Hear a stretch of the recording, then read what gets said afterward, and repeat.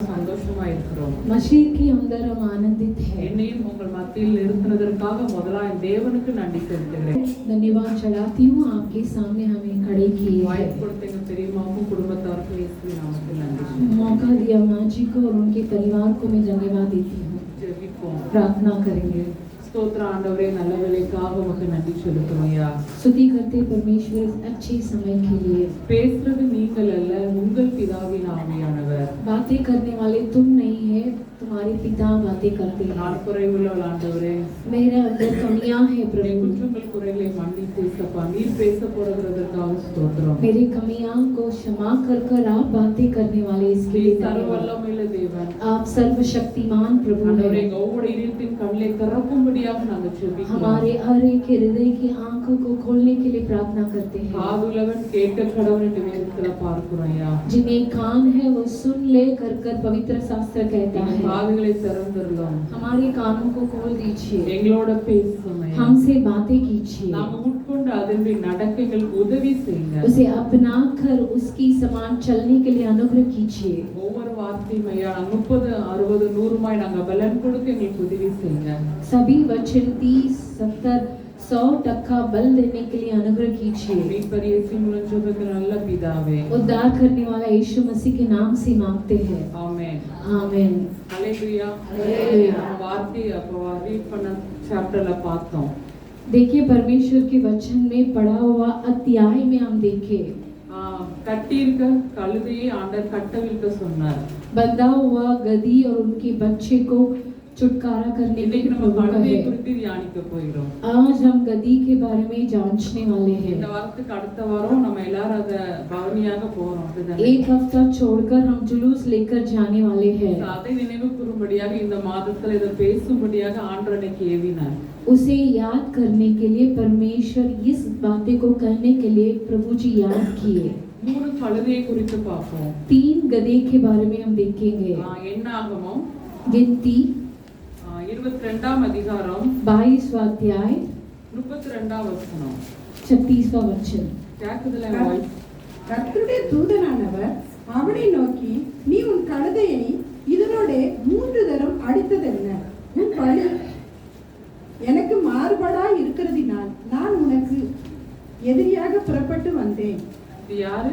ये कौन है? இந்த கழுதைக்கு மேல யார் உட்கார்ந்திருக்காங்க? इस गधी के ऊपर कौन था? பிலேயாம். पिलेयाम बैठा था। பாருங்க, உன் வழி எனக்கு மாறுபாடா இருக்கிறதினால் நான் உனக்கு எதிரியாக புறப்பட்டு வந்தேன் என்று கர்த்தருடைய தூதனானவர் சொல்லுகிறார். देखिए परमेश्वर की दूत यहाँ कहता है कि सुन, तेरा विरोध करने में मैं ही यहाँ आया हूँ। எதற்காக தூதன் விரோதமாக வருகிறார்? क्यों दूत इसके विरुद्ध आने लगा? அந்த பிலேயாம் பத்தி எல்லாருக்கும் நல்லா தெரியும். बिलाम के बारे में हम सब जानते हैं। நான் சீக்கிரம் முடிச்சுடுவேன்.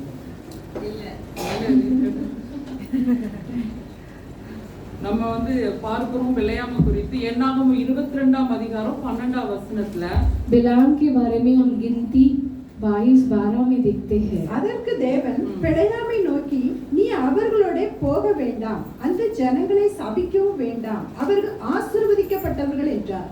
ஆமென். இந்த வசனம் நமக்கு எல்லாருக்கும் தெரியும். इस वचन को हम सब जानते हैं। மோவாப் ராஜா பிலேயாமுக்கு அனுப்புதார், ஒரு தீர்க்கதரிசி அவரு. मोवाब राजा बिलाम के पास एक भविष्यद्वक्ता को भेजता பணத்துக்காக है। தீர்க்கதரிசனம் சொல்லுகிறவர். पैसा के लिए वो भविष्यवाणी कहता है। இவர் எதுக்கு அழைக்கிறார்? மோவாப் தேசத்து பாலாக் ராஜா इसे बालाक राजा क्यों बुलाता है? இஸ்ரேல் ஜனங்களை சபிக்கும்படியாக. इजराइल लोगों को श्राप देने के लिए। ஆனால் ஆண்டவர் அங்க வீட்டுக்கு யார்? பிலேயாம் வீட்டுக்கு வருகிறார்கள். बिलाम के घर पर उन्हें बुलाने के लिए आते हैं। ஆனால் ஆண்டவர் பிலேயாமுக்கு தரிசனம் கொடுத்து பேசுகிறார், நீ அவர்களோட போக வேண்டாம். लेकिन परमेश्वर बिलाम से कहता है कि तू इनके संग मत जा அந்த कर। ஜனங்களை சபிக்கவும் வேண்டாம், அவர்கள் ஆசீர்வதிக்கப்பட்டவர்கள். उस लोगों को श्राप मत दे क्योंकि वे आशीष के बागे हैं। ஏன்னா ஆண்டவரால் ஆசீர்வதிக்கப்பட்டவங்களை யாராலும் சபிக்க முடியாது. क्योंकि परमेश्वर से आशीषदायक हुए कोई भी उन्हें श्राप नहीं दे पाएंगे।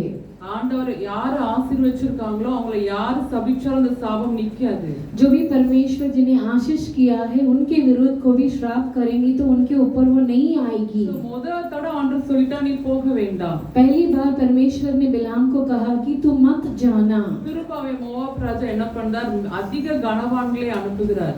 फिर मोबाबी राजा क्या कहता है, बहुत आदरणीय मनुष्य को इनके पास बेचता है। 22ஆம் அதிகாரம் 15 வசனத்துல பார்க்கிறோம். इस अध्याय में 15 वचन को हम देखते हैं। என்ன சொல்ல, நான் அதிக உன்னை கனப்படுத்துவேன் அப்படின்னு சொல்லி அனுப்புறாரு. वो कहता है कि हकीमों को बेच के प्रतिष्ठा करूंगा कर कर कहता है। பிலேயாம் என்ன சொல்லியிருக்கோம், நான் வர மாட்டேன் ஸ்ட்ராங்கா சொல்லியிருக்கோம். लेकिन बिलेआम क्या उत्तर देना चाहिए, मैं नहीं आऊंगा कर कर। திரும்ப சொல்றாரு, நீ உட்காருங்க, இன்னைக்கு நைட் ஆண்டவர் என்ன சொல்றாரோ அப்படின்னு சொல்றாரு. लेकिन उसने कहा आज ठहरिए, देखता हूँ आज परमेश्वर आज की रात में क्या बताते हैं कर कर। ஆண்டவர் வந்து கோபத்துல சொல்றார், நீ எழுந்து அவர்களோட கூட போ அப்படிங்கறார். परमेश्वर क्रोधित होकर कहता है कि तू उनकी संग जाना कर कर। ஏன்னா ஆண்டவர் நம்ம கூட இருக்கார்னா வா நம்ம போவோம் அப்படிங்கறார். அப்படிதானே? यदि परमेश्वर हमारे संग है तो हम जाएंगे कर कर बोलेंगे। எழுந்து அவர்களோட கூட போ. लेकिन परमेश्वर यहाँ कहते हैं कि उठकर तू उनके साथ जा। ஏன்னா பிலேயாம் இருதயத்துல இன்னொரு ஆசை இருந்தது. அப்படிதானே? क्योंकि बिलेआम के हृदय पर एक इच्छा था। ஏன்னா ஆண்டவர் பெருசா பணம் பெருசா? परमेश्वर महान है क्या धन दौलत महान ஆண்டவர் है? போக வேண்டாம் என்று ஒரு டைம் சொன்னா நம்ம திரும்ப கேட்க கூடாது. यदि परमेश्वर एक बार कहते हैं कि तुझे नहीं जाना है तो वापस नहीं पूछना चाहिए। 22 வசனம் வாசிப்போம். 22वां वचन पढ़िए। அவன் போகிறதினாலே தேவனுக்கு கோபம் உண்டது. கர்த்தருடைய தூதனானவர் வழியிலே அவனுக்கு எதிராக நின்றார். அவன் தன் கழுதின் மேல் ஏறி போனான். அவன் வேலைக்கார 2 பேரும் அவனோட இருந்தார்கள். பாருங்க, போறதுனால தேவனுக்கு கோபம் உண்டது. लेकिन ये जा रहा है, इसके कारण परमेश्वर को कोप बढ़कर उठा। கர்த்தருடைய தூதனானவர் வழியிலே அவனுக்கு எதிராளியாக நின்றார். परमेश्वर यहोवा का दूत उसके विरोध करने के लिए मार्ग रोककर खड़ा हो गया। கழுத மேல ஏறி போகிறார் பிலேயாம். गधी के ऊपर चढ़कर बिलाम जा रहा है। கர்த்தருடைய தூதனார் வந்து வழியில நிக்கிறாரு. लेकिन परमेश्वर का दूत उसके मार्ग पर खड़ा ஆனா है। கழுத என்ன பண்ணுது, வழியை விட்டு விலகி போகுது. लेकिन गधी क्या करती है, रास्ता भटक कर उन्हें जगह அந்த छोड़कर வழியில जाती है। திரும்ப பிலேயாம் அந்த கழுதையை அடித்தான் என்று பார்க்கிறோம். लेकिन यहाँ देखते हैं कि गधी ऐसा किया कर कर बिलाम उसको मार देता है। திரும்ப தூதனானவர் கண்ணுக்கு தெரிகிறார், கழுதையோட கண்ணுக்கு.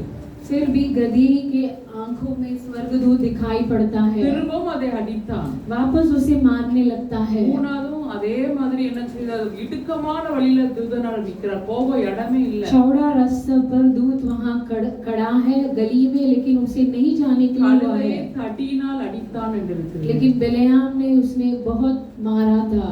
இத கழுதை யார சுமக்குது? பிலேயாம். इस गधी किसे उठाया है? बिलेआम को। கழுதை 3 தடவை அடி வாங்குது. देखिए इस गधी 3 बार मार खाती है। பாருங்க, அப்பதான் அந்த கழுதை வாய் திறந்து பேசுது. तब वो गधी मुंह खोलकर बोलने लगती है। ஆனாலும் பிலேயாமுக்கு உள்ளுக்குள்ள ஆசையினால் எப்படியாவது என்ன செஞ்சணும், போயிடணும், இஸ்ரேல் ஜனங்களை சபிக்கணும். बिलेआम के हृदय पर इच्छा और आशा था जाकर इस्राएलियों को श्राप करना है कर வழி कर। மாறுபாடா இருக்கிறது. उसके रास्ता अलग था। என்ன அவன் இதயத்துல இருந்தது? பண ஆசை. उसके हृदय में धन की लालच था। வேதம் 1 தீமோத்தி 6:10 பார்க்கிறோம். पहली तीमुथी 6:10 में हम देखते हैं பண ஆசை எல்லா பண ஆசை எல்லா தீமைக்கும் வேறாய் இருக்கிறது. சிலர் அதை இச்சித்து விசுவாசத்தை விட்டு வழுவி அநேக வேதனைகளாலே தங்களை உருவ குத்தி கொண்டிருக்கிறார்கள். சிலர் அதை இச்சித்து விசுவாசத்தை விட்டே வழுவி போனார்கள். कुछ लोग धन की अभिलाषा में विश्वास से रास्ता भटक गए। பணம் தேவை, எப்படிதானே? धन हमारे लिए ஆனா चाहिए, பண ஆசை இருக்க கூடாது. लेकिन धन की लालच हमारे अंदर नहीं होना चाहिए। 6:24 பார்க்கிறோம், 2 எஜமான்களுக்கு நம்மளால வேலை செய்ய கூடாது. 6:24 में देखते हैं कि 2 मालिकों को हम प्रणाम नहीं कर सकते। யாருக்கு? தேவனுக்கும் உலக பொருளுக்கும் ஊழியம் செய்ய உங்களால் கூடாது. देखिए 2 मालिकों को हम सेवा नहीं कर सकते हैं, धन को और परमेश्वर को। அப்படின்னா என்ன அர்த்தம்? வேலை செய்ய கூடாதா? इसका अर्थ क्या है? तो हम काम नहीं करना चाहिए क्या? அது அர்த்தம் இல்ல. वो इसका अर्थ नहीं இன்னைக்கு है। நிறைய பேர் பணம் சம்பாதிக்கணும்னு தப்பான வழியில சம்பாத்தியம் பண்ணிட்டு இருக்காங்க. आज कई लोग धन इकट्ठा करना है कर कर बुरी रास्ता पर धन इकट्ठा करते ஏன்னா हैं। பணம் தான் அவங்களுக்கு தெய்வமாக இருக்கிறது. उनके लिए धन ही भगवान है। தேவனை விட்டுட்டு பணம் சம்பாதிக்க பொய் பேசுறது, परमेश्वर को छोड़कर धन इकट्ठा करने के लिए झूठ बोलते हैं। நிறைய பொய்யான கையெழுத்துகள், झूठे इख्तिसार करते हैं, நல்ல வேலை கிடைக்கணும்னு தப்பான சர்டிபிகேட் கொடுக்கிறது, अच्छी नौकरी मिलना चाहिए कर कर बुरी गलत तरीके से सर्टिफिकेट देते இதெல்லாம் हैं। எதுக்காக பண்றாங்க? பணம் வேணும், பணம் சம்பாத்தியம் பண்ணணும், ये सभी कार्य क्यों करता है? धन चाहिए और धन इकट्ठा करना है कर இன்னும் कर பணக்காரங்களாகணும். और धनी बनना है कर நம்ம कर। எதுல ஐஸ்வர்யங்களாக ஆண்டவர் மாற சொல்லி இருக்கிறாரு? लेकिन परमेश्वर हमसे किस में धनी बनने के लिए कहा அவர் है? அறிகிற அறிவுல நம்ம ஐஸ்வர்யங்களாக மாறணும். उनके ज्ञान में हमें धनी बनना है। நம்ம அதுக்கு தான் நம்ம வந்து தியானமா இருக்கணும். ஆனா மத்த காரியங்களை கர்த்தர் பார்த்துக்கொள்வார். उसके लिए हमें सावधानी से रहना चाहिए, दूसरे कार्यों को परमेश्वर ही இவன் संभालेंगे। இந்த பணத்துக்காக ஆண்டோடைய வார்த்தையை தள்ளி போட்டுட்டு என்ன செய்யறான்? அவர் ராஜாக்கு கீழ்ப்படிதான், ராஜாக்கு போறான். அந்த மோவாப் देखिए தேசத்துக்கு. बिलेयाम धन के लिए परमेश्वर के वचन को उल्लंघन कर कर धन के पीछे जा रहा है। ரெண்டாவது செய்கிற ஒரு பெரிய குற்றம் ரெவலேஷன்ல இருக்கு. வெளிப்படுத்துற 2ஆம் அதிகாரம் 14ஆம் வசனம். दूसरा बड़ी गलती देखिए प्रकाशित वाक्य 2ஆம் அதிகாரம் 14. 2:14 में लिखा है, ஆகிலும் சில காரியங்களை குறித்து உன் பேரில் எனக்கு குறை உண்டு. விக்கிரகங்களுக்கு படைக்கப்பட்டவர்களை புசிப்பதற்கும் வேசித்தனம் பண்ணுகிறதற்கும் ஏதுவான இடங்களை இஸ்ரவேல் புத்திரர் முன்பாக போடும்படி பாலாக் என்பவனுக்கு போதனை செய்த பிலேயாமுடைய போதகத்தை கைக்கொள்கிறவர்கள் உன்னிடத்தில் உண்டு. பாருங்க, என்ன இடரல போட்டான்? இடரல் போடுதான், அப்படிதானே? देखिए कौन सा विरोध कार्य किया है। இஸ்ரேல் ஜனங்கள் பாவம் செய்தா தேவன் என்ன பண்றாரு? அவங்களே அடிப்பார். देखिए इस्राएली लोग अगर ठोकर खाएंगे तो परमेश्वर उन्हें मारेंगे। ஒரு தப்பான போதனையை கொண்டு போடுறான். एक गलत कार्य को वहां डालता है बिलाम। விக்கிரகங்களுக்கு படைத்தவளை புசிப்பதற்கும் வேசித்தனம் பண்ணுவதற்கும் ஏதுவான இடரலை இஸ்ரேல் ஜனங்கள் புத்திரர் முன்பாக போடும்படி பாலாக் என்பவனுக்கு அவன் உபதேசம் பண்ணினான். देखिए बालाक ने ऐसा शिक्षा दी कि इजरायली को बीच में वैश्यापन करना और मूर्ति पर चढ़ाई गई वस्तुओं के खाए। வேதம் தெளிவாக எழுதியிருக்கிறது. पवित्र शास्त्र साफ तरह से कहता है। மத்தேயு 18ஆம் அதிகாரத்தை எடுத்துக்கொள்ளுங்கள். मत्ती 18 वचन को उठाकर लेकर लग அந்த लीजिए। அளவா இடர்கள் வருவது அவசியம்தான். ठोकर आना अवश्य है। ஆனாலும் எந்த மனுஷனால் இடரல் வருகிறதோ அவனுக்கு ஐயோ. 7ஆம் வசனத்துல இருக்கு. 7वां वचन में लिखा है कि पर जिसके कारण ठोकर आती है उनके लिए हाय या कर कर पवित्र शास्त्र कहती है। இதயத்துல பண ஆசை, பணக்காரனாகணும், நிறைய வீடு வாங்கணும், சொத்து சேர்க்கணும், நகை நிறைய பண்ணணும், இதுதான் மக்கள் இதயத்துல இருக்கு தவிர एक ஆண்டவரை कार्य அறியணும். लोगों के हृदय में है कर कर धन इकट्ठा करना है, धनी होना है और दाहिने सभी इकट्ठा करना है कर कर। இதனால தப்பான வழியில எப்படி பணம் சம்பாதிக்க அது வந்து வேதனையை தான் உண்டாக்கும் தவிர इसके कारण कैसी भी गलत तरीके से पैसा इकट्ठा करना है वो सिर्फ वेदनाएं लाती है। ஆனா கொஞ்சம் இருந்தாலும் சமாதானத்தை கொடுக்கிறவர் தேவன் ஒருவர்தான். लेकिन कमी है, तोड़ाई है, उसी तरह परमेश्वर हमें शांति देते நிறைய हैं। குடும்பம் எனக்கும் தெரியும். कई परिवार को मैं भी जानती हूँ। நிறைய பணம் அப்படின்னு சொல்லி பணக்காரங்களை பார்த்து போறாங்க. हम जानते हैं कि कई धनी को देखकर जाते ஆனா हैं, சமாதானமே இல்ல. वहाँ शांति नहीं रहती நிறைய है। குடும்பம் டிவோர்ஸ் ஆயிட்டு. कई परिवार डिवोर्स हो चुकी है, अलग हो चुकी है। பணம் வந்து சந்தோஷத்தை கொடுக்காது. धन शांति नहीं दे पाएगी। ஆனா ஆண்டவர் மட்டும்தான் மெய்யான சந்தோஷத்தை சமாதானத்தை கொடுக்க முடியும். केवल परमेश्वर ही सच्चाई, शांति और समाधान को दे இது நிறைய पाएंगे। பேருக்கு தெரியல. ये कई लोग अनजान है। ரெண்டாவது அவன் என்ன போட்டான்? அவன் பெரிய ஒரு இடரல். दूसरा क्या टोकर बिलान डाला இன்னைக்கு था। நம்ம எப்படி இருக்கோம்? आज हम कैसे हैं? அந்த நம்ம மத்தவங்களுக்கு இடரலா இருப்போமா? क्या हम दूसरों के लिए टोकर சரி, करते பண हैं? ஆசை இல்ல. ரெண்டாவது நம்ம மத்தவங்களுக்கு யாராவது நம்ம இடரலா இருக்கிறோமா? देखिए हमारे अंदर धन की लालच नहीं है, दूसरे लोग गिरने के लिए हम टोकर है क्या? நான் என்ன ஆராய்ச்சி பார்க்கும்போது நான் ஒன்னு யோசிச்சு பார்த்தேன். मैं अपने आप को जांचते करते समय मेरी सोच में एक कार्य आई थी। நம்ம ஒருத்தர் சொல்றது என்னட்ட போய் சொல்லணும்னு நினைச்சுக்கோங்க. देखिए ऐसी यदि किसी की बात को हम दूसरे के पास बताते அவங்கள நம்ம हैं, என்ன செய்யணும்? கோபப்படுத்துறோம், அப்படிதானே? दूसरे व्यक्ति को हम क्रोधित करते हैं। உடனே इसके அவங்கள कारण நம்ம அப்படி கோபப்படுத்தினா அவங்களுக்கு நம்ம இடரலா இருக்கிறோம். यदि दूसरे व्यक्ति को ऐसे बोलते समय क्रोधित करते तो हम उन्हें टोकर करते हैं। போல் சொல்கிறவன் பிராண சிநேகிதரையும் பிரித்து விடுகிறான்னு வேதம் எழுதியிருக்கிறது. कुजली करने वाला जो भी प्राण दोस्त है उन्हें भी अलग कर देता है। So, மத்தவங்களுக்கு நம்ம இடரலா இருக்க கூடாது. दूसरों के लिए हम टोकर नहीं होना चाहिए। நம்ம எப்படி ட்ரெஸ் பண்ணுதோம்? हम कैसे वस्त्र पहनते हैं, உண்மையாவே ஆவியானவர் எனக்கு சொல்றத நான் உங்களுக்கு உங்களுக்கு சொல்லுதேன். सच्चाई से आत्मा जी मुझसे जो बताते हैं मैं आपसे बता रही हूँ। நீங்க நினைக்கலாம் ஒரு பிள்ளைங்க இருக்கலாம்னு. देखिए हमारे बच्चे हैं என் कर பிள்ளைங்க कर நான் ஸ்ட்ரிக்ட்டா சொல்லி தான் வச்சிருக்கேன். मैं अपने बेटियों को सीधा तरह से स्ट्रिक से बता के रखी हूँ। இடரல் உண்டாக்காம ட்ரெஸ் பண்ணாதீங்க. दूसरों की गिरावट आने जैसा हमें वस्त्र नहीं पहनना चाहिए। வெளிப்படுத்த அழகா தன் மானம் காணப்படத்தக்கதாக அது அழகா இருக்கும். प्रकाशित वाक्य में अच्छे से लिखा है कि अपने आप को दिखाने तक वस्त्र नहीं पहनना चाहिए। வெளிப்படுத்தல் प्रकाशित वाक्य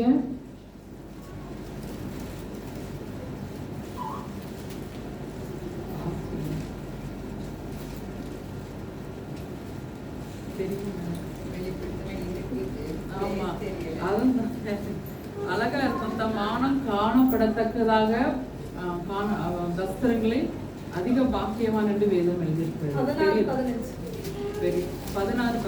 16-25 में लिखा है। இதோ திருடனை போல் வருகிறேன். 16-15 இதோ திருடனை போல் வருகிறேன், தன் மானம் காணப்படத்தக்கதாக நிர்வாணமாய் நடவாதபடிக்கு விழித்துக்கொண்டு தன் வஸ்திரங்களை காத்துக் கொள்ளுகிறவன் பாக்கியவான். ஆமென். यहाँ ऐसा लिखा है कि देख मैं चोर के समान आता हूँ, धन्य वह है जो जागता रहता है और अपने वस्त्र को चौकसी करता है और नंगा ना फिरे और लोग उसका नंगापन ना देखे। ரெண்டு அர்த்தம் ஆவிக்குரிய அர்த்தமும் உண்டு. इसमें दो अर्थ है, आत्मिक अर्थ भी है। எப்படி நம்ம ப்ளவுஸ் நான் வந்து ஓபன் தப்பா நினைக்கிறாதீங்க. मुझे गलत मत समझिए। நான் சர்ச்சில பார்த்ததுனால நான் சொல்லுதேன். मैं कलीसिया में देखी इसलिए मुझे बताना पड़ता है। சின்னதா பின்னாடி ஃபுல்லா அப்படி முதுகு ஃபுல்லா தெரியுது. पीछे अपना पीठ दिखाकर केवल थोड़ा ही कपड़ा वहाँ रखकर ब्लाउज पहनते हैं। இது ரொம்ப அருவருப்பானது. ये परमेश्वर की नजरों में घिनौनी है। நம்ம மத்தவங்களை இடரல் உண்டாக்க நம்ம இடரல் உண்டாக்கூட ஜாக்கிரதையா இருக்கணும். दूसरों की गिरावट के लिए हम नहीं होना இந்த चाहिए। இடல பிள்ளையாம சொல்றோம். இந்த இடல தான் பிள்ளையாம் போட்டான் இஸ்ரேல் ஜனங்கள் மத்தியில. इसी टोकर को बिलेआम इजराइल के बीच में डाला था। மத்தவங்களை நம்ம பாவத்துக்குள்ளாக்குதோம். दूसरों को हम पाप में गिराते हैं। வேதம் அழகா எழுதியிருக்கு 18ஆம் அதிகாரத்துல 8ஆம் வசனம், உன் கையாவது உன் காலாவது உனக்கு இடரல் உண்டாக்கினால் அதை தரித்து எறிந்து போடு. मत्ती 18 अध्याय में लिखा है कि यदि तेरे हाथ या तेरी आंखें तेरे लिए ठोकर खाता है तो उसे काट कर गिरा देना। இரண்டு கையுடனாய் அல்லது இரண்டு காலுடனாய் நித்திய அக்கினியிலே தள்ளப்படுவதை பார்க்கிலும் तू दो हाथों के साथ दो पैरों के साथ अग्नि के नरक पर डगला जाया, சப்பானியாய் அல்லது ஊனனாய் நித்திய ஜீவனுக்குள் பிரவேசித்து உனக்கு நலமாய் இருக்கும். लंगड़ा परमेश्वर के राज में प्रवेश करना तेरा लिए भला है। கை எப்படி நமக்கு இடரல் உண்டாக்குது? देखिए हमारे हाथ कैसे दूसरों को गलत करने के लिए करती है। என்ன இடரல் சொல்லுங்க எல்லாரும். क्या ठोकर लाती है? கை இப்ப மொபைல் போனை கையில வச்சிருக்கோம் எல்லாரும். देखिए हमारे हाथ में क्या गलती हम करते हैं, हम सब मोबाइल फोन रखे हैं हाथ அது में। நமக்கு இடரல தூக்கி தூர போட்டுறணும். यदि वो हमें पाप में गिराती है तो उसे दूर फेंकना चाहिए। கையில எல்லார் கையிலயும் மொபைல் போன் இல்லாம வெளியில போக மாட்டோம். देखिए हम सभी के हाथों में मोबाइल फोन है, मोबाइल फोन के बिना हम बाहर नहीं निकलते। பைபிள் இல்லாம கூட போயிருந்தோம், மொபைல் போன் இல்லாம போக மாட்டோம். पवित्र शास्त्र के बिना हम निकल जाते हैं लेकिन मोबाइल के बिना हम कभी नहीं निकलते। பாருங்க தப்பான காரியங்கள் பார்த்துட்டே இருப்போம், திடீர்னு அசிங்கமான சீன்ஸ்லாம் வரும். ऐसी रील देखते हैं, अचानक गलत कार्य भी वहाँ आ जाती है, அதை தூக்கி போட்டுறணும் கீழ. उसे गिरा நம்ம जाना கையில தானே चाहिए। கண்ட்ரோல். हमारे हाथ पे है उसकी कंट्रोल। ஆண்டவர் ஒருத்தர் பார்த்து கொண்டிருக்கார், ஒரு தேவ பயம் இருக்கணும். परमेश्वर मुझे देख रहा है कर परमेश्वर की भय होना चाहिए। கால் இடரல் உண்டாக்குனா போக கூடாத இடத்துக்கு நம்ம போக கூடாது. देखिए पैर ठोकर खाती है तो जहाँ नहीं जाना चाहिए वहाँ नहीं जाना चाहिए। சீக்கிரம் சொல்றதுனால ஷார்ட்டா நான் சொல்றேன். இல்ல விரிவா அதுதான் கண்ணை இடல் உண்டாக்கினால் கண்ணை பிடிங்க போடுங்கிறாரு. यदि तेरी आंखें ठोकर खाती है तो उसे निकाल कर डाल देना। கண்ணு மாம்சத்தின் இச்சைகள், शरीर की अभिलाषा, கண்களின் இச்சைகள். எந்த பொருளை ஒரு வீட்டுக்கு போறோம்னு நினைச்சுக்கோங்களேன், அந்த பொருள் மேல நமக்கு ஆசை வந்துச்சுன்னா அது இச்சை தான். आंखों की अभिलाषा, किसी के घर पर जाते हैं और उन्हें इच्छित से देखते हैं तो अभिलाषा है। வாங்கணும்னு நினைக்கிறோம் பாருங்க, அது उसे देखते हैं उसी के समान देख लेना है कर सोचते हैं, वो भी गलत है। நம்ம ஆண்டவராக இயேசு கிறிஸ்து கற்றுக் கொடுத்திருக்கிறார். ये सब हमारे परमेश्वर यीशु मसीह हमें सिखा कर दिए हैं। இந்த கழுதை யாரை சுமந்து கொண்டு போகுது? इस गधी किसे उठाकर जा रही है? பிள்ளையாமையா? बिलाम को क्या? இயேசு கிறிஸ்துவியா? क्या यीशु मसीह को? பிள்ளையாம் தெரிந்தது பண ஆசை. बिलाम के पास धन की लालच थी। பாருங்க, அவர் போகக்கூடாது எத்தனை தூதர் வந்து தடுக்க அம்மாவும் திரும்ப கேட்கறான், நான் போட்ட ஆண்டவரே. देखिए कितनी बार स्वर्गदूत उन्हें नहीं जाने के लिए मना किया, लेकिन वो जा गया। வேதத்தை வாசிக்கிறது மாத்திரம் தியானிக்கும் போது ஆண்டவர் நம்மோட பேசுவாரு. केवल पवित्र शास्त्र को पढ़ना ही नहीं, उन्हें जांचना चाहिए। परमेश्वर हमसे बातें करेंगे। பைபிள் வந்து நமக்காக அடுத்தவங்களுக்கு நம்ம படிக்க வேண்டாம். பைபிள் पवित्र शास्त्र हमारे लिए, दूसरों के लिए नहीं पढ़ना चाहिए। வாசிக்கும் போது ஆண்டவரே நான் கற்றுத்தாங்கப்பா, நான் என்ன செய்யணும், நடக்க வேண்டிய வழி ஆண்டவர் நம்ம இதயத்தின் கண்ணிலே திறப்பார், நம்மளோட பேசுவார். पढ़ते समय हे प्रभु जी मुझे सिखा कर दिए कर पूछना चाहिए। परमेश्वर हमारे हृदय की आंखों को खोलेंगे। இன்னைக்கு நிறைய பேர் ஸ்டேட்டஸ்ல தான் எல்லாத்தையும் வெளிப்படுத்துறாங்க. देखिए आज कई लोग मोबाइल में स्टेटस में अपने आप को दिखाते हैं, மத்தவங்களுக்காண்டி வசனத்தை போடுறோம், दूसरों के लिए वचन बेचते हैं। எந்த வசனம் எடுத்தாலும் நமக்காக நம்ம எடுத்துக்கொள்ளணும். जो भी वचन होने दीजिए पहला अपने लिए लेना நான் चाहिए। மெசேஜ் கொடுக்க வந்தாலும் உங்களுக்கான நான் எனக்காக தான் நான் வாசிக்கணும், எனக்காக தான் நான் எடுக்கணும். पहले प्रचार करते समय मैं आपके लिए नहीं, पहले अपने लिए वचन पढ़ना चाहिए। எனக்கு ஆண்டவர் கற்றுக் கொடுத்தது, मुझे परमेश्वर सिखा के दिए। நம்ம கை நமக்கு இடல் உண்டாக்கினால் அதை தரித்து போட வேண்டும். यदि हमारे हमारे लिए ठोकर खाती है तो उसे हटा देना மற்றவங்களுக்கு चाहिए। நம்ம இடர்லா இருக்கவே கூடாது. दूसरों के लिए हम ठोकर नहीं रहना நம்மள चाहिए। பார்க்கும்போது ஒரு பரிசுத்தமாய் ஒரு கனமா மத்தவங்க நம்மள பார்க்கணும். जो कोई हमें देखते हमें पवित्रता के साथ आदरणीय होकर देखना चाहिए। ரெண்டாவது பார்ப்போம். दूसरा गधी को देखेंगे। 2 சாமுவேல் 13ஆம் அதிகாரம் दूसरा सामुएल 13 अध्याय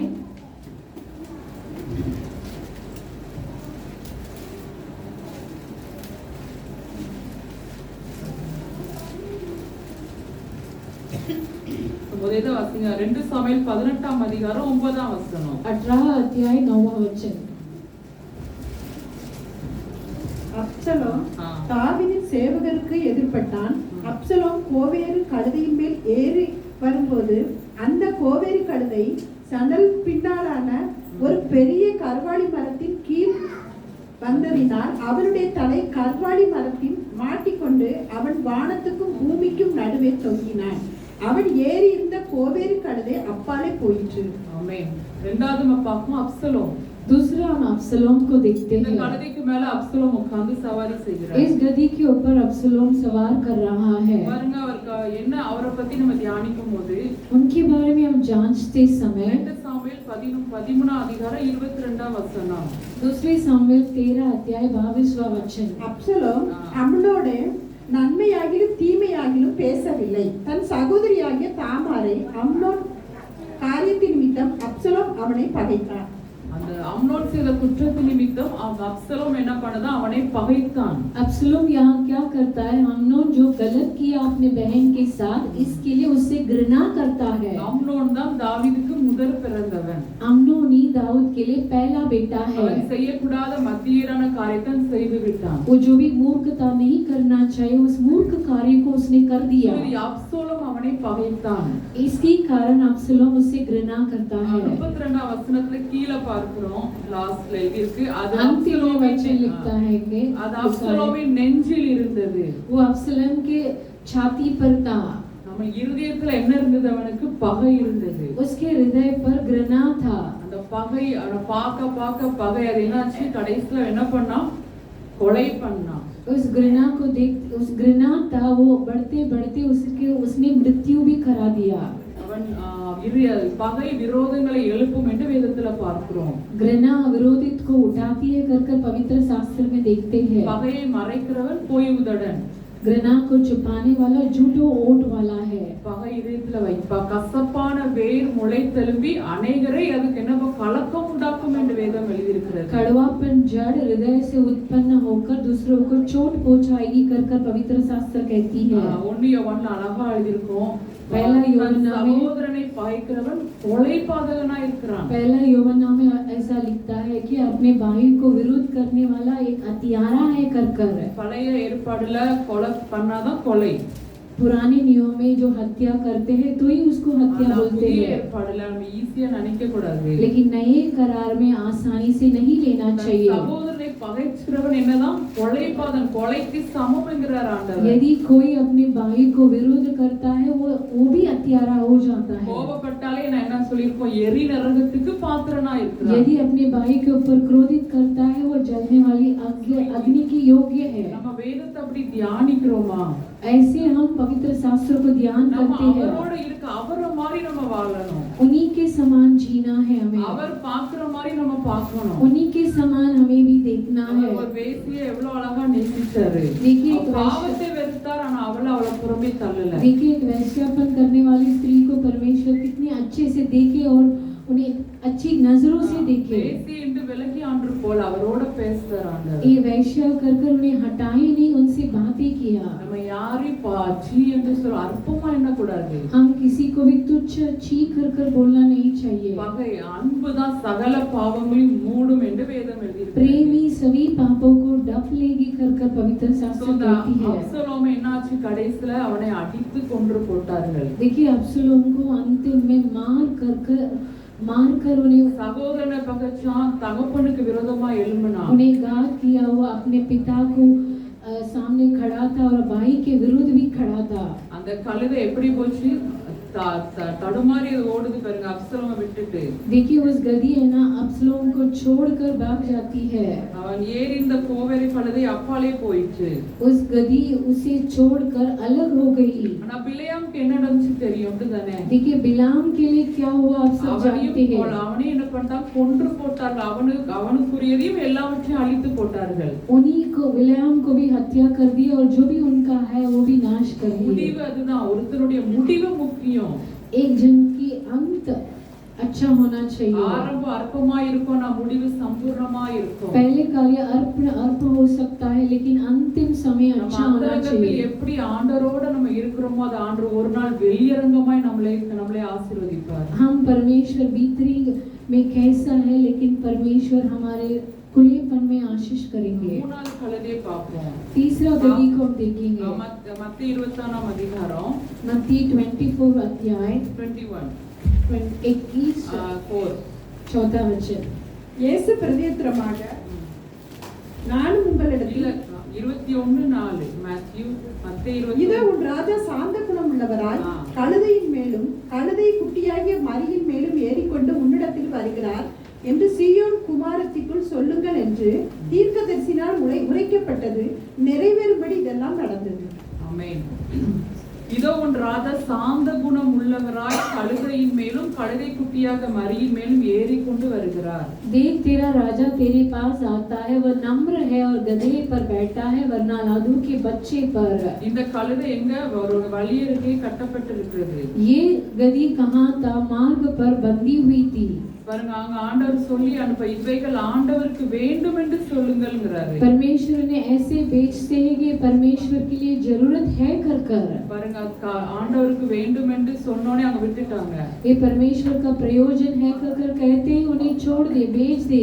ஆனா அந்த கழுதையின் மேல் ஆண்டவர் ஏறி இருக்கிறார். लेकिन इस गधी के ऊपर परमेश्वर बैठा இந்த है। கழுதைக்கு கிடைச்ச கனத்தை நம்ம பார்க்கிறோம். इस गधी को मिला आदर को हम देखते हैं। என்ன போட்டாங்க, வழி அருகே வழியில அவங்க Dress அவங்க துணி எல்லாம் விரிச்சாங்க கீழே. लोगों ने अपने कपड़े मार्ग में बिछाए அந்த கழுதைக்கு மேல துணியை போட்டு ஆண்டவரை ஏற்றி கொண்டு போனாங்க. और उस गधी के ऊपर कपड़े डाले और उसके ऊपर परमेश्वर को बिठा कर लेकर गए। அந்த கழுதை கம்பீரமா போகுது பாருங்க. देखिए ये गधी कितनी अच्छे से जा रहा है। யானா அந்த கழுதைக்கு மேல யார் இருக்கா? ஆண்டவர் இயேசு கிறிஸ்து. ये गधी आदरणीय होकर जाती है क्योंकि उसके ऊपर परमेश्वर विराजमान है। அவர் எப்படிப்பட்டவர்? சாந்த குணம் உள்ளவர். वो कैसा है? वो नम्र है। அந்த இந்த சகரியா 9ல பார்க்கிறோம். 9:9ல அவர் நீதியுள்ளவரும். சகரியா 9:9 में हम देखते हैं वो धार्मिक है। சீயோன் குமாரத்தியே மிகவும் கலிவுறு, எருசலேம் குமாரத்தியே கெம்பீரே, இதோ உன் ராஜா உன்னிடத்தில் வருகிறார். அவர் நீதி உள்ளவரும் இரட்சிக்கிறவரும் தாழ்மையுள்ளவரும் கழுதையின் மேலும் கழுதை குட்டியாகிய மரியின் மேலும் ஏறி வருகிறவருமாய் இருக்கிறார். அல்லேலூயா. हालेलुया। அவர் நீதியுள்ளவரும் இரட்சிக்கிறவரும் தாழ்மையுள்ளவரும். वो धार्मिक और उदार काया और दीन है। முத பிள்ளையாம் அந்த கழுதைக்கு மேல அந்த பிள்ளையாம்க்கு என்ன இருந்துச்சு? उस पहला बिलायाम उस गधी के ऊपर उसके पास क्या பண था? ஆசை. उसको अंदर धन की लालच மத்தவங்கள था। பாவத்துக்குள்ளான இடரலை போட்ட பிள்ளையாம். दूसरे को पाप में गिराने वाला बिलाम था। அப்படியே அந்த பிள்ளையாம சுமந்த கழுதைக்கு எத்தனை அடி கிடைச்சது பாத்தீங்களா? देखिए उस बिलाम को उठा के लेने वाला गधी को कितना मार मिला था। ஆண்டவர் நம்மோட பேசுகிறார். आज हमसे परमेश्वर बातें कर रहे அந்த हैं। பண ஆசையால் अनेक வேதனால் தங்களை குத்திக் கொள்கிறார்கள். சமாதானம் இருக்காது. धन की लालच से अपने आप को चोट पहुंचाते, उनके अंदर शांति नहीं रहती है। போதும் என்று மனதுடன் கூடிய தேவ பக்தியே மிகுந்த ஆதாயம். काफी है कर मन परमेश्वर की भक्ति ही लाभदायक है। அந்த கழுதையும் கொன்று போட்டார்கள். उस गधी को भी मार दिए। இரண்டாவது கழுதை அப்சலோம். दूसरा गधी अब्सलोम பகை சகோதரனை பகைத்தான் அவன். अपने खुद के भाई को घृणा करता அவனை है, மறக்கல, அவனை கொலை பண்ணிட்டான். उसे क्षमा नहीं किया और उन्हें हत्या भी कर देता है தகப்பனுக்கு விரோதமா எழும்பினான். और पिता के विरुद्ध उठने भी लगा। பாருங்க அவனுக்கு என்னாச்சு, தலை என்னாயிட்டு மாட்டிக்கொண்டது கர்வாலி மரத்திலே. वहाँ देखते हैं कि वो बांज के वृक्ष पर उसके सर फंस जाता है बाल। அவனை அடித்து கொண்டு போட்டார்கள். उसे मार कर उन्हें मृत्यु करा दिए। நம்ம மன்னிக்க வேண்டும். हमें क्षमा करना चाहिए। அந்த இருதயத்தில் நீங்க எத்தனை பேர் சகோதர சகோதரிகள் பேசாம இருக்கீங்க? आज कितने जन अपने खुद के भाई भाई से बातें நிறைய नहीं ஒரே करते வீட்ல हैं। இருந்துட்டு ஏன்னா சொத்து பிரச்சனை. एक ही घर में भाई बहन रहते हैं लेकिन धन की समस्या में बातें नहीं करते हैं। ஒரே ஒரு வாழ்க்கை, நம்ம வாழ போறது கொஞ்ச நாட்கள். एक ही जिंदगी के कुछ दिनों तक हम जीने वाले हैं। நம்ம அவருக்காக வாழணும். परमेश्वर के लिए जीना है। அவருக்காக என்ன விட்டால் இழக்கவும் நம்ம தயாராக இருக்கணும். उन्हीं के लिए कुछ भी त्यागने के लिए तैयार ஏன்னா होना அவர் चाहिए, வந்து கைவிடவே மாட்டார். क्योंकि वह हमें कभी भी नहीं त्यागेंगे। மனுஷன் கைவிடுவான், मनुष्य हमें त्याग देते ஆனா हैं ஆண்டவர் ஒரு நாள் ஒருபோதும் கைவிடவே மாட்டார். लेकिन परमेश्वर हमें कभी भी नहीं त्यागेंगे। அழிஞ்சு போகிற இந்த சொத்துக்காக நிறைய பேர் என்ன பண்ணிட்டு இருக்காங்க, பேசாம இருக்காங்க. नाश होने वाले इस धन के लिए कुछ लोग अपने से बातें नहीं करते हैं। ஆண்டவர் வந்து ஒன்றுமில்லாத இடத்தில் உருவாக்குகிற தேவன். परमेश्वर कुछ भी नहीं है, वहां से परमेश्वर उत्पन्न कर விட்டு सकेंगे। கொடுக்க வேண்டும் நம்ம. हमें छोड़ देना चाहिए। சரி எடுத்து அதான் ஆண்டவர் ஒரு கணத்துல அடிச்சா என்ன சொன்னாரா, மறு கணத்தை திருப்பி கொடுங்க. इसलिए परमेश्वर कहते हैं कि यदि कोई एक गाल में मारे उसे दूसरे गाल भी दिखाना। நீங்க ஒண்ணு பேசினா நம்ம உடனே 100 பேசிடுறோம். देखिए एक शब्द बोलते हैं हम उनके विरुद्ध 100 शब्द बोल पाते हैं। அப்படி நாம யாரை சுமக்கிறோம்னு அர்த்தம் அப்சலோமை. ऐसी हम रहेंगे तो हम अब्सलोम को ஆனா उठाएंगे, நம்ம ஆண்டவர் சாந்த குணம் உள்ளவர். लेकिन हमारे परमेश्वर दीन है। அவர் சொல்ல நான் சாந்தமும் மனத்தாழ்மையுமா இருக்கிறேன். परमेश्वर कहते हैं कि मैं दीन और नम्र हूँ कर என் முகத்தை ஏற்றுக்கொண்டு என்னிடத்தில் கற்றுக்கொள்ளுங்கள். मेरी जुआ को उठा और मुझसे सीख लो कर அப்பொழுது உங்கள் ஆத்துமாக்களுக்கு என்ன கிடைக்கும், இளைப்பாறுதல் तभी கிடைக்கும். तुम्हारे प्राणों को विश्राम मिलेगी।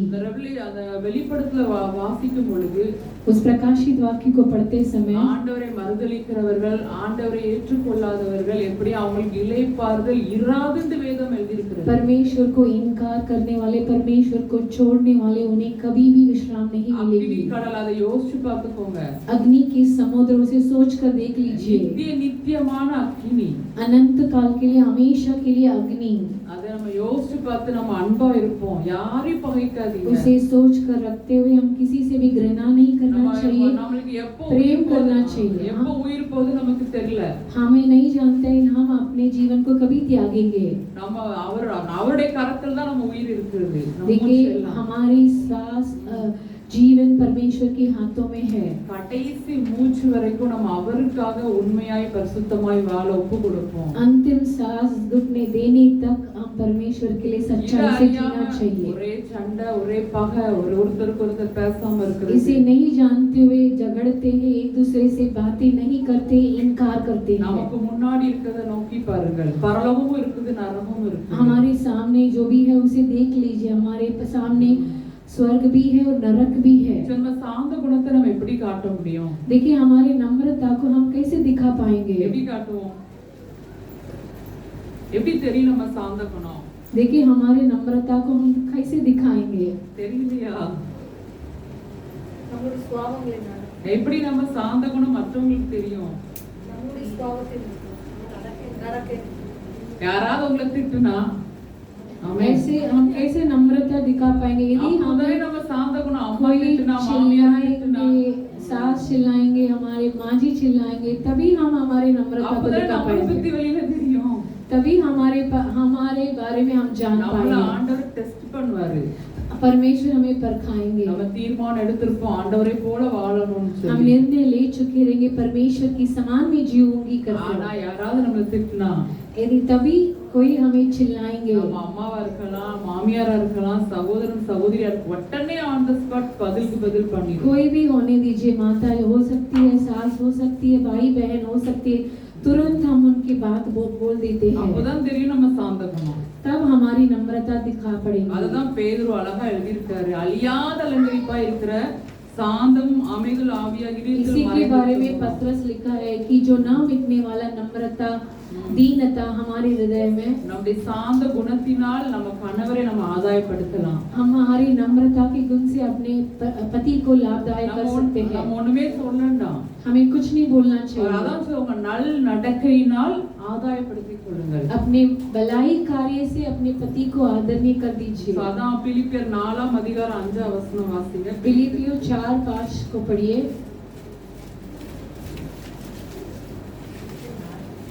जी ஆ, உங்கள் சாந்த குணம் ஒரே உங்கள் சாந்த குணம் எல்லா மனுஷருக்கும் தெரிந்திருப்பதாக கர்த்தர் சமீபமாய் இருக்கிறார். तुम्हारी कोमलता सब मनुष्य पर प्रकट हो, प्रभु निकट है। இந்த வசனம் எனக்கு ரொம்ப பிடிக்கும். ये वचन मुझे बहुत पसंद है। உங்கள் சாந்த குணம் எல்லா வீட்டுல தெரியும், எல்லா மனுஷருக்கும் தெரிந்திருப்பதாக. तुम्हारी कोमलता सब मनुष्य पर प्रकट हो, सभी मनुष्य को घर पर, பக்கத்துல இருக்கா, दूसरे बगल में கர்த்தர் சமீபமாய் இருக்கிறார். प्रभु निकट है। இன்னைக்கு நம்ம தீர்மானம் எடுப்போமா? आज हम निर्णय लेंगे क्या? ஆண்டவரே உங்க சாந்த குணம் அதாவது சொல்ல என்கிட்ட கற்றுக்கொள்ளுங்கள்ங்கற ஆண்டவர். आपकी नम्रता, इसके लिए परमेश्वर कहते हैं मुझसे सीख लो। அவரை பார்த்து பிசாசு பிடித்தவன் நாங்க. उन्हें देखकर कहा है कि ये तो शैतान से भरा हुआ मनुष्य है। ஒண்ணுமே சொல்லல. परमेश्वर इसके लिए कुछ नहीं எல்லா कहेंगे। இடத்துலயும் ப்ரூஃப் நான் ஆண்டவருக்கு ஒரு ப்ரூஃப் பண்ணவே இல்ல. सभी जगह ऐसी दिखाने नहीं लगे कि मैं परमेश्वर हूँ कर। பரிசேயர்கள் அவர் அற்பமா பண்ணாங்க. फरीसियों ने तुच्छ मानने लगे வேதபாரகர்கள் அற்பமா பண்ணாங்க. और शास्त्रियों ने तुच्छ माने थे। மற்ற சகோதரர்களும் அவரை ஏற்றுக்கொள்ளல.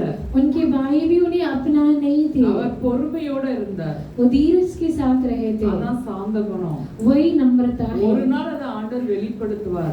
एक दिन परमेश्वर उसे प्रकट करेंगे। நம்ம அமைதியா இருந்தோம்னா यदि हम धीरज से நம்ம रहेंगे, கூட ஆண்டவர் இருக்கிறத மத்தவங்க அறிந்து கொள்வாங்க. हमारे पास परमेश्वर है कर दूसरे लोग जान சோ लेंगे। நம்ம எப்படிப்பட்ட கழுதியா இருக்கணும்? देखिए हम कौन सी गधी होना என்ன चाहिए? கழுதியா இருக்கணும்? கிறிஸ்து இயேசுவை சுமக்கிற கழுதியா இருக்கணும். मसीह यीशु को उठाने वाला गधी होना கடைசில அந்த चाहिए। கழுதை எங்க போய் எருசலேமுக்கு ஆண்டவர் போனார் கழுதையில ஏறி. देखिए अंत में परमेश्वर यरूशलेम उस गधी के साथ அந்த गए। கழுதையை டைரக்டா ஆண்டவர் எங்க கொண்டு போய் விட்டார்? எருசலேம்ல.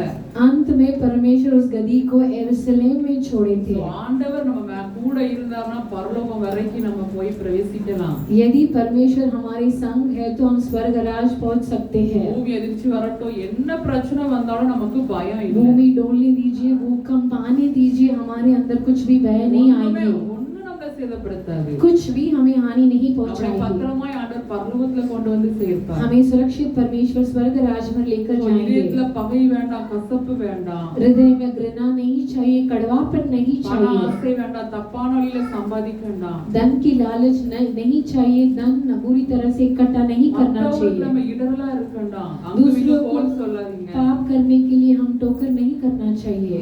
நம்ம நீட்டா நல்லா Dress பண்ணுவோம். हम पवित्रता से अच्छे से वस्त्र நம்மள पहनेंगे। பாக்கும்போது ஆண்டோடைய பிள்ளைங்கன்னு மத்தவங்க அறியணும். हमें देखते समय दूसरे लोग जानना चाहिए कि परमेश्वर की बच्चे மத்தவங்கள हैं। பாவத்துக்குள்ளாக்க நம்ம இடம் கொடுக்க கூடாது. दूसरों को पाप में गिरने के लिए हम रास्ता नहीं நம்மள देना பாக்கும்போது चाहिए। ஆண்டவரை பார்க்கணும். இதுக்கு தான் நம்ம ஜெபிக்கணும். हमें देखते समय परमेश्वर को देखना लगना चाहिए, इसके लिए प्रार्थना करना பவுலோட चाहिए। அச்சி அடையாளங்களை தன் சரீரத்துல தரித்து கொண்டிருக்கிறேன்னு சொன்னாரு. पौलुस मसीह के चिन्ह को मैंने ग्रहण किया कर लिखा है। பாருங்க, ஜான் வெஸ்லியை பார்க்கும்போது லண்டன்ல எல்லாரும் ஜீசஸ் ஜீசஸ் என்று சொன்னாங்களாம். लंदन में जॉन वेस्ली नामक एक व्यक्ति को देखते समय लोग कहने लगे कि ये मसीह है कर। அவர் முழங்கால் போட்ட இடம் அப்படி பயங்கர பள்ளமா ஆயிட்டு அவ்வளோ ஒரு जहाँ वो முழங்கால் घुटना टेक कर प्रार्थना करते हैं वो जमीन में भी खड्डा आ गई है। பாருங்க உலகமும் அது இச்சையும் ஒளிந்து போகும் संसार और उनकी लालच नाश हो जाएगी। பைபிள் இருக்கா இல்லையா அந்த வசனம் இருக்கா இல்லையா पवित्र शास्त्र में है क्या नहीं? இருக்கு உலகமும் அது இச்சையும் ஒளிந்து போகும் पहले यूहन्ना में लिखा है कि धन और उनकी அந்த வார்த்தை வந்து ஒரு நாள் अभिलाषाएं मिट जाएगी लेकिन परमेश्वर की वचन ना मिटेगी।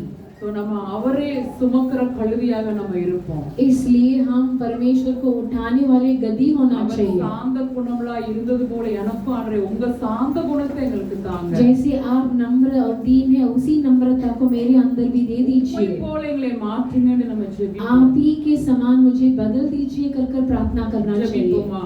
प्रार्थना करेंगे क्या? ஸ்தோத்திர ஆண்டவரே மே நாம துதிக்கிறோம் ஐயா। स्तुति करते हैं परमेश्वर, हम आपको स्तुति करते அப்பா हैं। நீங்க பேசுனதற்காக நன்றி हे ஆண்டவரே। पिता आप बातें किए इसके लिए धन्यवाद। ஆண்டவரே உம்மை சுமக்கிற கழுதியாக எங்களை மாற்றுங்கப்பா। आपको उठाने वाले गद्दी को हमें बदल உங்க दीजिए। சாந்த குணம் எங்களுக்கு வேணும்। आपकी नम्रता की स्वभाव हमारे अंदर உங்க चाहिए। மனத்தாழ்மை எங்களுக்கு வேணும் ஐயா। आपकी दीनता हमारे लिए அது चाहिए। போதும் ஐயா। எந்த சூழ்நிலையில ஆண்டவரே உம்மை நாங்க வெளிப்படுத்த வேண்டும் ஐயா। केवल वो काफी है, कौन सी भी परिस्थिति में आपको प्रकट करना चाहिए। எங்க வாழ்க்கை எங்க பேச்சு எங்க நடக்க பரிசுத்தமா இருக்கணும் ஆண்டவரே। हमारी जिंदगी, हमारी चाल चलन, हमारे सभी कार्य पवित्रता से होना நாங்க चाहिए। தேவனுக்கு முன்பாகவும் மனுஷருக்கு முன்பாகவும் யோக்கியமானதை செய்ய எங்களை பரிசுத்தப்படுத்தணும்। हम परमेश्वर की नजरों में और मनुष्य की नजरों में योग्य कार्य करने के लिए हमें पवित्र कीजिए। அப்படிப்பட்ட கிருபையினால் எங்களை நிரப்புங்க। அதுல நாங்க ஐஸ்வர்யவான்களாக மாற நாங்க ஜெபிக்கிறோம்। ऐसे अनुग्रह से हमें भर दीजिए, ऐसे धनी होने के लिए हमें उपयोग कीजिए। அப்பா கேட்டு நாங்க அதன்படி நடக்க எங்களை ஒப்பு கொடுக்கிறோம் ஆண்டவரே। सुने हुए वचन के अनुसार चलने के लिए अपने आप को सौंपते எங்க हैं। பாவத்தை மன்னிங்க, எங்க குறைகளை மன்னிங்க ஆண்டவரே। हमारे पापों को, हमारी कमियों को आप क्षमा நாங்க कीजिए। இன்னைக்கு யாரை பகைச்சிருக்கோமோ அவங்ககிட்ட போய் நாங்க சமாதானமாக அந்த பகையை இருந்து எடுத்து போட்டு நம்ம ஜெபிக்கிறோம்। आज हम किसी घृणा विरोधता करते हैं, उनको साथ मेल मिलाप कर कर उस घृणा और विरोधता को निकाल दीजिए हमारे हृदय से। இருதயத்துல 100% தேவ அன்பினால் நிரப்பும்படியா நாங்க ஜெபிக்கிறோம்। हृदय में 100% परमेश्वर के प्रेम भरने के लिए प्रार्थना करते हैं। எல்லாம் உங்க கரத்துல நாங்க ஒப்பு கொடுக்கிறோம்। सब कुछ आपके हाथों में सौंपते हैं। மீட்பர் இயேசு மூலமாக நல்ல பிதாவே, उद्धार करने वाला प्रभु यीशु मसीह के नाम से अच्छे पिता। ஆமென்। आमीन।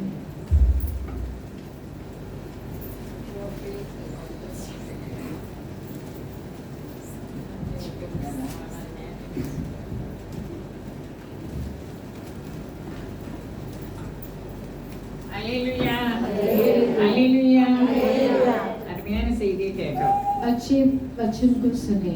இப்படி எத்தனை பேர் நம்ம நடக்க போறோம்? देखिए ऐसे हम कितने जन चलने वाले हैं। உடம்புக்கு பலவீனமா இருந்தா நம்ம ரொம்ப பயந்து பயந்து நடப்போம்। यदि हमारे अंदर कमजोरी है तो हम अच्छे से सावधानी से चलेंगे। ஒரு சின்ன தலைவலி வந்தா கூட நமக்கு தாங்க முடியாது। देखिए एक छोटी सी सर दर्द आएगी तो हमसे सहन न हो पाएगा। குதிரைகளை பற்றி நம்ம பார்த்தோம்। घोड़ों गधी के बारे में हम देखे थे। எனக்கு அப்படியே வச்சு இந்த சாட்சிகள் நினைவு வந்துட்டே இருக்கு। நம்ம சாட்சியா இருக்கணும்। हम तो गवाही के रूप में रहना चाहिए। वो मरियम- गवाही मेरे मरियम बहन की गवाही मेरी सोच से नहीं हट रहा है। மரியாள் சொன்ன சாட்சி ஜீவனுள்ள சாட்சி। मरियाल बहन जो गई थी वो गवाही जीवन भरा हुआ நம்ம गवाही வீட்டுல थी। இருக்கவே முடியாது। நம்ம கொஞ்ச நேரம் ஜெபம் பண்ண நம்மளால எனக்கெல்லாம் மூச்சு திணறல் வந்துடும்। मुझे सांस लेने के लिए तकलीफ होती है। उनके घर इतना छोटा था। அவங்களுக்கு ரொம்ப தாழ்மை குணம்। उनके अंदर बहुत दीनता है। அவங்க வியாபாரத்துல மண்ணெல்லி கூட போட்டிருக்காங்க வீட்டுல இருந்து। उनके व्यापार में कोई विरोधी आकर मट्टी भी ऊपर उठा के फेंके हैं, சண்டை போட்டதே கிடையாது। लेकिन ये उनके साथ कभी भी नहीं झगड़े। நான் அவங்கள பெருசா சொல்ல வரல, ஏன்னா அவங்க இருந்த சூழ்நிலை அவங்க கணவர் ரொம்ப சேதப்படுத்திட்டாங்க। देखिए वो उनके बारे में महान कार्य नहीं कह रही हूँ, लेकिन उनके पति जी बहुत नष्ट पहुंचे थे।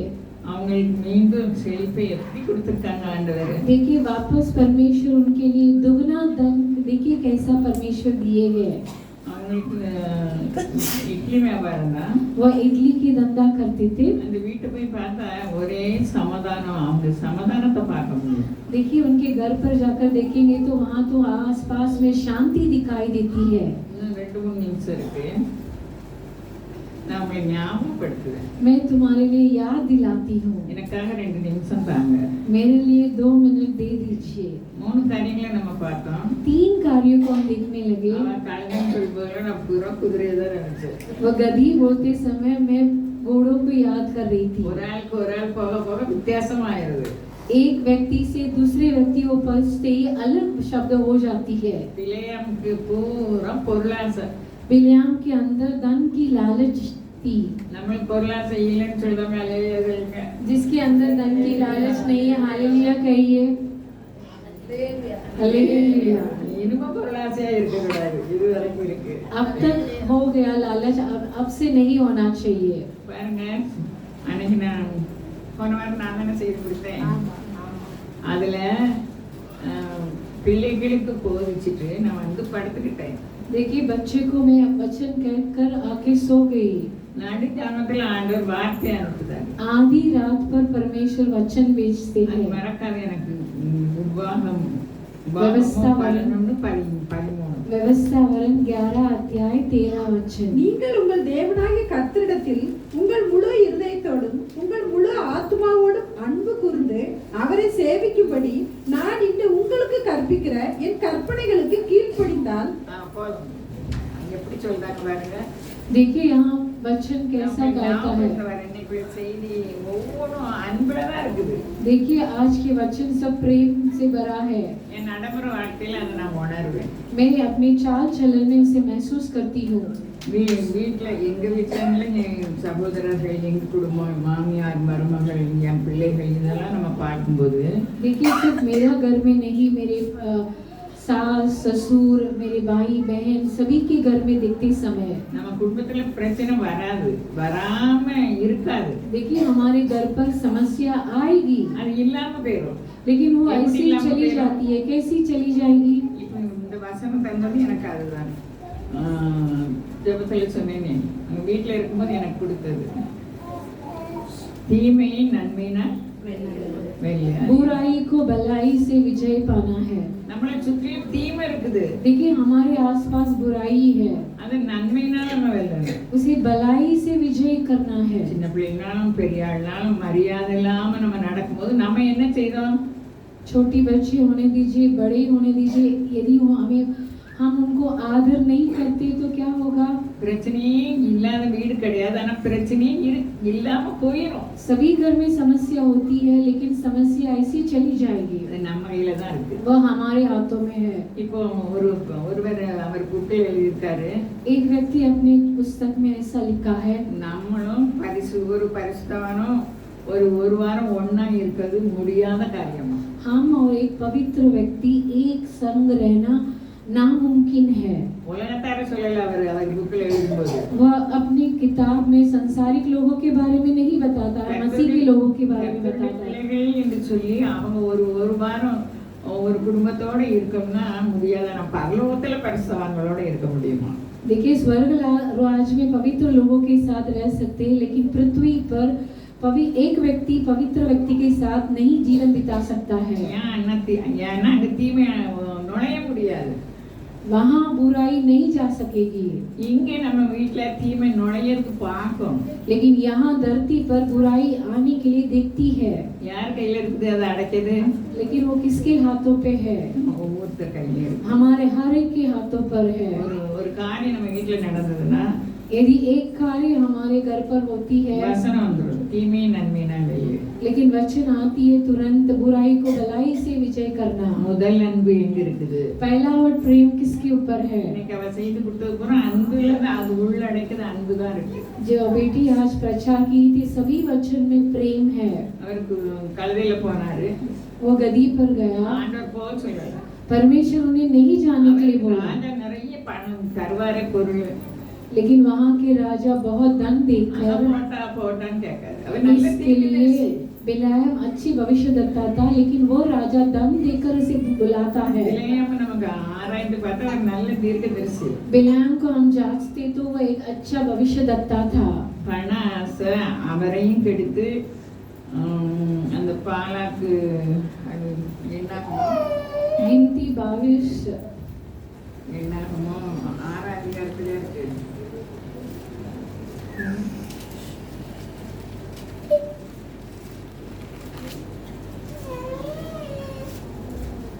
பாலாக் அந்த மீதியானவர்களையும் அவன் எடுத்துட்டு போயிட்டான். देखिए बालाक जो मीदियान के लोग के बीच था उन्हें भी वो नाश कर दिया। ஏன்னா இவன் தேவஜனம்.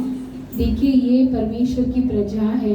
இவங்க தப்பு செய்தாதான் ஆண்டவர் இவங்க கூட இருக்க மாட்டாங்க. यदि ये परमेश्वर की प्रजा गलत काम करेंगे तो परमेश्वर इनके संग नहीं रहेंगे। அதனால விபச்சாரத்துல அவர் சொல்லி கொடுத்தாரு. इन्हें पाप करने के लिए वैश्यापन को उनके बीच में छोड़ दिए। இஸ்ரவேலரும் தப்பு பண்ணாங்க. इस्राएल लोग भी पाप किए। பிள்ளையாம்கிட்ட என்ன புத்தி இருந்தது? देखिए बिलाम के अंदर कौन सी बुद्धि था? தீமை யோசிக்கிறவர்கள் தவறுகிறார்கள் அல்லவோன்னு 14 நீதிமொழிகள் 14:23 இருக்கு. नीति वचन 14:23 में लिखा है, जो बुराई को सोचते हैं वो ठोकर खाते हैं, लेकिन जो भलाई सोचते हैं அவன் என்னத்தை சிந்தனை பண்ணா? वो उसके सोच में क्या था? தீமை நினைச்சாங்க. बुराई था। தீமையை யோசிக்கிறவர்கள் தவறுகிறார்கள். जो भी बुराई कार्य को सोचते हैं वो ठोकर खाते हैं। நன்மை அந்த வசனவாசிக்கும் நன்மை யோசிக்கிறவர்கள் தீமை யோசிக்கிறவர்கள் தவறுகிறார்கள் அல்லவோ, நன்மை யோசிக்கிறவர்களுக்கு கிருபையும் சத்தியமும் உண்டு. எவ்வளவு ஆசீர்வாதம் நமக்கு இருக்கு. देखिए हमारे लिए कितना आशीष है, அது தெரிய மாட்டேங்குது. वह हम नहीं जानते। நமக்கு விரோதமா எத்தனை பேர் வந்தாலும் हमारे विरुद्ध को कितने जन भी आने அது दीजिए, விரோதம்னு நினைக்காம उसे विरोध कर कर ना सोचते அவன் हुए। அன்பா இருந்தா எப்படி நடப்போம்? देखिए वो हमसे प्रेम करने रखते तो हम कैसे उनसे बर्ताव करते நம்ம हैं। பாசிட்டிவாவே நடந்தா நம்ம வீட்லயும் பிரச்சனை வராது, சபையிலயும் பிரச்சனை வராது, பக்கத்து வீட்லயும் பிரச்சனை வராது. यदि हम प्रेम से चलेंगे तो हमारे अंदर भी समस्या नहीं आएगी, घर पर भी समस्या नहीं आएगी, पड़ोसी पर भी समस्या नहीं आएगी। பாலக் பிள்ளைகளை விரட்டி விட்டான். देखिए बालाक बिलाम को दूर कर दिया, வெறும் தந்திரமா ராஜாக்கு சொல்லி கொடுத்தாரு. फिर भी वो अपने चालाकी से परमेश्वर उन्हें बताता है, தீமையை யோசிக்காரு. बुराई को सोचता है। அடுத்தது அப்சலோம். दूसरा अब्सलोम। அப்பா ராஜபாரம் பண்ணும்போது யாருக்கு ராஜாவாங்கிறதுக்கு தேவ சித்தமோ அதை தான் நினைக்கணும். दाऊद राजा राज कर रहा था और परमेश्वर किन्हीं सिंहासन दिया था उनके बारे में न सोचते हुए खुद के पिता के विरुद्ध हो जाते हैं। இப்போ நம்ம வந்திருக்கிறதுல நம்மள ஆண்டவர் எப்படி நடத்துதாரோ அதை அப்படியே சகித்துக் கொள்ள வேண்டும். आज आए हुए परमेश्वर हमें कैसे चलाने के लिए इच्छा रखते हैं उसी के तरह चलना चाहिए। சரி, நேரம் இல்லை, ஏன்னா என் வாழ்க்கையில அனுபவித்தது நான் உங்களுக்கு சொல்லுவேன். मैं अपनी जिंदगी पर पार आया हुआ समस्या को मैं आपसे बताती हूँ। அவன் சொன்ன மாதிரி முடிவு நமக்கு சம்பூர்ணமா இருக்கணும். देखिए अंतिम अच्छा होना चाहिए। அதனால நம்ம வசனம், அதாவது கட்டளையே விளக்கு, வேதமே வெளிச்சம். परमेश्वर की आज्ञा ही हमारे लिए उजाला है। நீதிமொழிகள் 6 நினைக்கிறேன் நான் எழுதி नीति वचन வச்சிருக்கேன். 6 अध्याय कर सोचती हूँ। கட்டளையே விளக்கு, வேதமே வெளிச்சம், போதக சிட்டையே ஜீவ வழி. அப்போ நமக்கு வசனம் நம்மளை சுச்சிக்கிறது. देखिए वचन हमें परखती है। ஆண்டவர் சோதிக்க மாட்டாராம். परमेश्वर किसे परखाते नहीं है, ஆனா ஆண்டவருடைய பிள்ளைகளை அவர் சோதிப்பார். लेकिन परमेश्वर के बच्चे को वो परखते हैं। யாக்கோபு சொல்றார், அவங்கவங்க சித்தை. आज्ञा तो दीपक है और शिक्षा ज्योति है और सिखाने वाले की डांट जीवन का मार्ग है। இது நீதிமொழிகள் பேர் சொல்லு. नीति वचन 6 अध्याय இந்த 23 वचन। நம்ம வாழ்க்கைக்கு இது இலக்கணம். ये हमारी जिंदगी की व्याकरण है। எதுக்காக நமக்கு போதிக்கப்படுது? நானும் நீங்களும் ஆசீர்வாதமா இருக்கணும். किसके लिए हमें सिखाकर दिया जा रहा है? क्योंकि मैं और आप आशीषदायक होना चाहिए। தேவன் விரும்புகிறார். वो परमेश्वर भी चाहते हैं। அதுக்கு நமக்கு தாழ்மை வேணும். उसके लिए हमारे अंदर दीनता चाहिए। பிள்ளையாம் வீணான ஆசைப்பட்டார். बिलियाम व्यर्थ आशा था उसके अंदर। இந்த அப்சலமும் வீணான ஆசை. இவருக்கு ராஜபாரம் கிடையாது, தேவ சித்தம் இல்ல. अब्सलोम के अंदर भी व्यर्थ आशा थी। परमेश्वर की नजरों में इन्हें राज नहीं करना था। தேவன் ஒவ்வொருவரையும் ஒவ்வொரு வழியாக நடத்துவார். परमेश्वर हर एक व्यक्तियों को अपने अपने मार्ग पर चलाते அதை हैं। ஏற்றுக்கொள்ளணும். उसे ऐसे ही स्वीकारना चाहिए, அதை மன ரம்யமா ஏற்றுக்கொள்ளணும். उसे खुशी के साथ लेना चाहिए, அல்லேலூயா. भरपूरता से लेना चाहिए। அல்லேலூயா. அல்லேலூயா। நான் உங்க மத்தியில் நிக்கிறேன், உபத்திரத்தின் ஊடாதான் போய்கிட்டு இருக்கேன். मैं आपके सामने खड़ी हूँ, उपद्रव की गुफा से मैं चल रही हूँ, ஆனா நான் மனரம்யமா ஏற்றுக்கொள்கிறேன். लेकिन वो परमेश्वर की नजरों में से मैं अच्छी से ले लेती हूँ। நான் உங்களோட நல்லவ கிடையாது. मैं आपसे अच्छी व्यक्ति நம்ம नहीं எல்லாரும் हूँ। மாம்சத்துல இருக்கோம். हम सब शरीर में நம்ம हैं। வாழ்க்கையின் இலக்கணம் அன்பு, हमारी जिंदगी के व्याकरण प्रेम, மன்னித்தல். क्षमा करना, இதப்படி நம்ம செய்தோம்னா इसके अनुसार हम चलेंगे तो அவர் நமக்கு வானத்தை திறப்பார். परमेश्वर हमारे लिए आकाश के भंडार को खोले। என்னாகமம் 11 அதிகாரம் गिनती 11वां अध्याय, 14 வசனம் வாசிக்கணும். உபாகமம் 11 व्यवस्थावरण 11 अध्याय 14. நீ உன் தானியத்தையும் உன் திராட்சரசத்தையும் உன் எண்ணெயையும் சேர்க்கும்படிக்கு நான் ஏற்ற காலத்தில் உங்கள் தேசத்தில் முன்மாரியையும் பின்மாரியையும் பெய்ய பண்ணி செழிமையை கர்த்தர் கட்டளையிடுகிறார். हरियाली को परमेश्वर देंगे। எப்போ நான் சொல்ற நீங்கள் உங்கள் தேவனாக கர்த்தரிடத்தில் உங்கள் முழு இருதயத்தோடும் உங்கள் முழு ஆத்மாவோடும் அன்பு கூர்ந்து அவரை சேவிக்கும்படி நான் இன்று உங்களுக்கு கற்பிக்கிற என் கற்பனைகளை கீழ்ப்படிந்தால், यदि तुम मेरी आज्ञाओं को जो आज मैं तुम्हें सुनाता हूँ ध्यान से सुनकर अपने संपूर्ण मन और सारे प्राण के साथ अपने परमेश्वर यहोवा से प्रेम रखो உங்கள் தேவனாய கர்த்தரையே சேவிக்க கடவீர்கள். और उसकी सेवा करते रहो, அப்பொழுது உங்கள் அப்பத்தையும் தண்ணீரையும் ஆசீர்வதிப்பேன். உன் வியாதி உங்கள் அப்பத்தையும் தண்ணீரை ஆசீர்வதிப்பேன். உன் வியாதியை விலக்குவேன். मैं तभी तेरे पानी और रोटी को आशीष करूंगा और अब बीमारी से तुम्हारे से हटाऊंगा। ஆண்டவருக்கு நம்ம அதாவது முதல்ல அவர் பொருளாசைப்பட்டாரு, இவர் கசப்பு, இவரும் பதவி ஆசைப்பட்டாரு. देखिए पहला वो लालची था, धन की लालच था, और दूसरी अब्सलोम राजा की राजगद्दी की लालची था, வாலிப வயசுலயே செத்து போயிட்டாரு. और जवान की उम्र में भी मर मिटा। ஆண்டவருடைய வார்த்தை என்ன சொன்னா, உன் குடும்ப காரியத்தை ஒழுங்குபடுத்து. परमेश्वर की वचन ऐसा कहते हैं कि अपने परिवार के कार्यों को संभालना। யாருக்கு சொன்னார்? யாராச்சு யாருக்கு சொன்னார்? உன் குடும்ப காரியத்தை நீ என்ன செய்ய? ஒழுங்குபடுத்து. अपने परिवार के कार्यों को संभालना நம்ம ஒழுங்குபடுத்த முடியாது, हमसे नहीं होगा, அவர் ஒழுங்குபடுத்துவார். लेकिन परमेश्वर को ही करना நம்ம पाएगा। செய்யறது அவர் சொன்னபடி கோழி சொல்லக்கூடாது, ஆவியில நடக்கணும். लेकिन हम नहीं कर पाएंगे, लेकिन हमें क्या करना चाहिए? आत्मा में चलना चाहिए, चुगली नहीं लगाना चाहिए, அன்புள்ளவர்களாக இருக்கணும், प्रेम से भरना चाहिए, மன்னிக்கிறவர்களாக क्षमा இருக்கணும். करना चाहिए। அன்பு இருந்தா மன்னிப்பு வந்துடும். அந்த அப்சலோம் மன்னிக்காதனால கசப்பை கொடுத்து கொலை பண்ணாங்க. यदि हमारे अंदर प्रेम है तो हम क्षमा कर पाएंगे, लेकिन हम अब्सलोम के अंदर घृणा था, इसके लिए वो अपने भाई को हत्या कर दिया। அவன் கொலை பண்ணார், நம்மளும் கொலை பண்ணலாம். वह हत्या किया, हम भी हत्या करते हैं। ஆண்டவர் சொல்றாரு, கொலை செய்யாதிருப்பாயாகன்னு சொல்றாரு. पवित्र शास्त्र में लिखा है कि हत्या नहीं करना। அப்படின்னு முற்காலத்துல பிதாக்களுக்கு சொல்லப்பட்டது, நான் உங்களுக்கு சொல்றேன். पहले हमारे पूर्वजों को ऐसा कहा गया था, लेकिन अब मैं तुमसे कहता हूँ, உன் சகோதரனை பழிக்கிற எவனும் கொலைகாரன். अपने भाई को विरुद्ध करने वाला सब हत्यारा है। நிறைய பேச வேண்டியிருக்கு, நேரம் இல்லை. நம்ம வேற ஒண்ணுமே இல்லை, அன்பு மன்னித்தலும். மரியாள் சண்டை கொடுத்தவங்களுக்கெல்லாம் பதில் சண்டை போட மாட்டாங்க. हमारे पास सिर्फ प्रेम और क्षमा करना। मरियाल बहन जो भी उनसे झगड़ते हैं वो वापस उनसे नहीं झगड़ते हैं। சண்டை போட்டவங்க பிள்ளைக்கு இட்லி கொடுத்துட்டு இருக்காங்க. जो भी उनसे झगड़ने आते हैं उनके बच्चे को इडली बटोरते हैं। அவங்க எவ்வளவு தடை வாழ்க்கையில उनकी जिंदगी में कई रुकावटें आई, சொல்ல முடியாது. उसे नहीं कह पाएंगे, தடைகளை நீக்குகிறவர் அவர். लेकिन रुकावट को बदलने वाला वो परमेश्वर है। இப்படி ஒவ்வொரு வீட்டுக்கு போனா நம்ம சொல்லிக்கிட்டே இருக்கலாம், ஜெப கூட்டம் நடந்ததில் ஆண்டவர் அதிசயம் செய்தார். घर की मंडली में हम कहने जाएंगे तो बहुत कर सकते हैं, लेकिन ऐसे परमेश्वर अद्भुत कार्य करते आ रहे हैं। பவாய் ஜெபக்குழு, पवाई की घर की मंडली में बहुत टाइम बीतेगा।